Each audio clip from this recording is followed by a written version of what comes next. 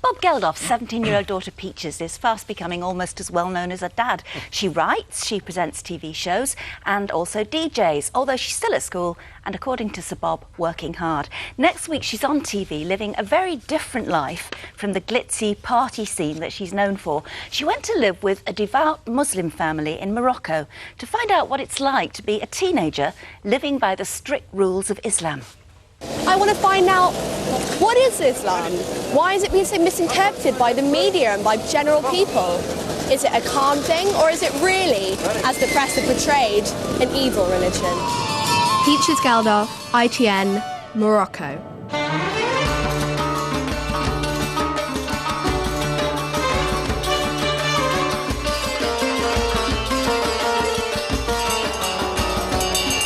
There are over 1 billion Muslims around the world, and numerous different ways to practice the religion. I'm here to find out how some of the Moroccans do it. And Peaches is here now. Lovely to see you. That must have been quite a shock for you, going and living in Morocco for a while. Yeah, I went for 2 weeks over the New Year. Yeah. So, yeah, it was a bit of a shock, especially as on New Year's Eve. I got loads of calls from my friends being like, come out, we're going to go and see the fireworks, go to a party. And I was like, well, I'm sitting watching an exorcism, so I can't. But that wasn't. Yeah, I had to watch an exorcism, but it was really fake, and it was just like they were playing up to the cameras, and like they like cut a chicken's neck and stuff, and like used like ceremonial blood and like everything. There was a lot of that. But that wasn't used. It wasn't used in the documentary. Well, no, there's a bit you did use that we thought we'd better not show because of the time of day, and it's of a sheep having its throat cut. Yeah. And it's not just a halal meat thing, you know. I mean, it's also a ritual. It was. Did it go back to Abraham? Yeah, no, but mostly it was about Eid. So obviously they eat the whole of the sheep and like the brain and the head and stuff. But what I thought was really interesting about that clip that we cannot show but will be shown on the programme is that here we never see animals being killed. I mean, we just go to the supermarket. Well, no, you're there though. Yeah. But you didn't want to watch that. And then they chased me around with the head afterwards for ages, for longer than it showed. It was so what did you think of that massive culture difference? I mean, some people would say that they're in touch. You know, that's how you kill an animal. You know, you have to puncture it in some way. Here, it's all done on remote farms and abattoirs and stuff. There, it's part of daily life. How did that strike you? Well, I mean, I guess they're immune to it because they cope with it all the time. And I mean, it's a religious thing, whereas here, it's just for obviously for food and this, commerce, a survival thing, just to eat meat. But really, to them, it's something more ceremonial, and I guess it means more. And I guess it's in a way, it's better than just mass killings in abattoirs because it means something that's part of their religion. What you did was you spent certainly a couple of days living with an 18-year-old girl who was a very devout Muslim, Nadira, didn't she? And there's a lovely bit in the documentary where you show her your clothes, your Western clothes that you brought over, and she tells you no, and then she takes you shopping for the jalaba and all that. So let's have a look at that. For the next 2 days, I'll be living with Nadira, and she has some tough ground rules for me. Thank you. If you like to be a good Muslim, we need to change your clothes. Really? Yes. Could I wear this dress? No, you can use it. What about this one? No, you can't use it. What about this one? What about this? No. Assalamu alaikum. Assalamu alaikum. Okay. I think there are so many jalabas. So many jalabas, so little time.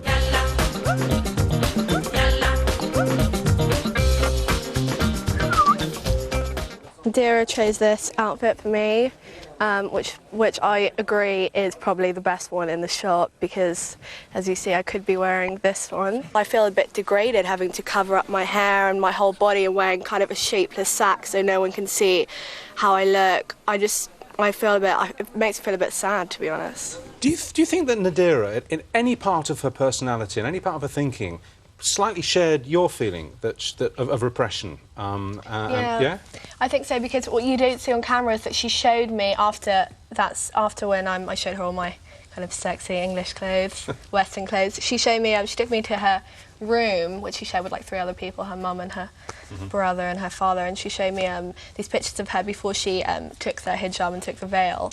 So obviously when you do that, you can't show any sort of kind of sexy flesh or anything Shoulders, like that. arms, Yeah. And she was wearing kind of Western clothes like jeans, a little crop top, and she was looking at it, and I could see like she was looking at it really nostalgically and kind of wistfully, yeah. And, Did like, you ask her? Yeah, and she said like, look, I used to have clothes like this. This is what I used to look like. But then she kind of checked herself, and she was like, but now my whole life is for Allah. But I think I kind of half agree that it's kind of oppressing women, but at the same time it's admirable because they're doing it for themselves. They're not doing it for men. They're not covering their bodies for men. They're doing it in the name of God. So. Yeah, what they say is actually that, I mean, certainly some Islamic women say that it's we in the West who are being exploited, you know, because we feel we have to dress a certain way purely to titillate men. Yeah. And they feel it's stronger of them, don't they, to be wearing the jalaba. Yeah, because I think we are, like a lot of women want to get increasingly boob jobs, and that's not for women, that's for men, that's a sexual thing. Like we're making ourselves skinnier to infantilise ourselves for men, we're buying more makeup, we're buying these sexy clothes, and a lot of it is kind of to show off to other women, say, look what I look like, but it's also for men, and there they don't have that problem. It's religion, and it's a simple life, and it's a sanctimonious life, and I think at the same time as being a hard life, and in some cases they're forced into it, so obviously that's bad, but apart from that, I think it can be a good life. A worthy life. Well, look, it's called A Beginner's Guide to Islam. It's on Channel 4 on the 5th of September. It goes out at 11 o'clock. Let's talk a bit about you before you go. This is one of your first television interviews. You've become a celebrity, not just because your father's famous, but you worked at it. As Judy says, you write a column, a number of columns. You give opinions, you make television programmes, so you're working at it. Do you feel like a celebrity? I don't really know what constitutes feeling like a celebrity. People recognise you in the street, they want your autograph, you have pictures with you, mobile phone snapshots, that kind of stuff. Yeah, to be honest, I mean, the reason I got into doing TV and writing was because I'm like crap at maths, you don't even know. Probably the worst 3% of one of my exams brought the whole school down. Put it there, Peaches, you and me both. Yeah, you and me as well, and everyone else in our family, actually. Yeah. So, I mean, if I wanted to get into any kind of university, I want to go to university in London now. Yeah. I would have to kind of prove myself in a way. So, I mean, I've written for a really serious broadsheet and also for a good young girls fashion magazine. And, you know, I've made documentaries, and if they're crap, it would be easier for people to ridicule me rather than hire me again. Yeah. You're very outspoken. I mean, you took on, famously, when you really sort of came out as a very young journalist, you took on Trinny and Susanna, really ripped them to shreds, actually, and very articulately. Yeah. Do you get that kind of, that edginess from your dad, do you think? And your mum, and your late mother? No, really, because I think my dad kind of... if he wants to state a point, he just roars and shouts and doesn't listen to what anyone else has to say. Whereas with me, I consider different options. I don't just go out there with an axe like, rah! Really, I consider the other options, and I like to put it forward sometimes in a sympathetic way. But with Trinny and Susanna, they weren't being sympathetic to anyone. So I think, in a sense, they needed taking down a peg or two. You write very like your mum, actually. I mean, you've obviously inherited Paula's talent, which you know, which was very strong. She was a witty woman, so yeah, I mean, extremely witty. I think it's good. I like caustic witty people who are really sarcastic. Yeah, and like rinse people. So that's yeah. Well, it's great to see you. What do you think you're going to do at university then? English? Yeah, I want to study English literature. Yeah, and I kind of wanted to study randomly sociology, but I think just English and journalism would be cool. Yes, to study. Yeah. I think you're probably a natural journalist. Thanks. Yeah. It's great to see you. Do you think you're kind of an old head on young shoulders? I mean, do you think, because you strike me as being sort of older than you actually are? No, but, I mean, now I'm going to be 18 in a couple of months, so people can stop saying I'm precocious, but I've been called precocious since I was like 13. And it's just, I find it a bit annoying because I've been painted as this poster girl for a generation, and that's why, as I'm getting bad press at the moment, people are just trying to rip that down from me. But to be honest, I never wanted that anyway.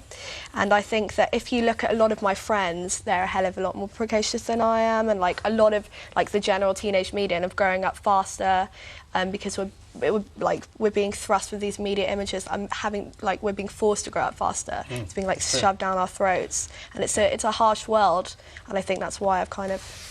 Okay. Well, I think you're handling it really well, and good luck at uni. Yeah. I'm sure you'll do really well. Great to see you. And Thanks. good luck with the... when is it on again? September the 5th? 5th, yeah. 5th, next week. 11 o'clock, Channel 4. Yeah. All right, thank you. Shock horror headlines today at Channel 4's decision to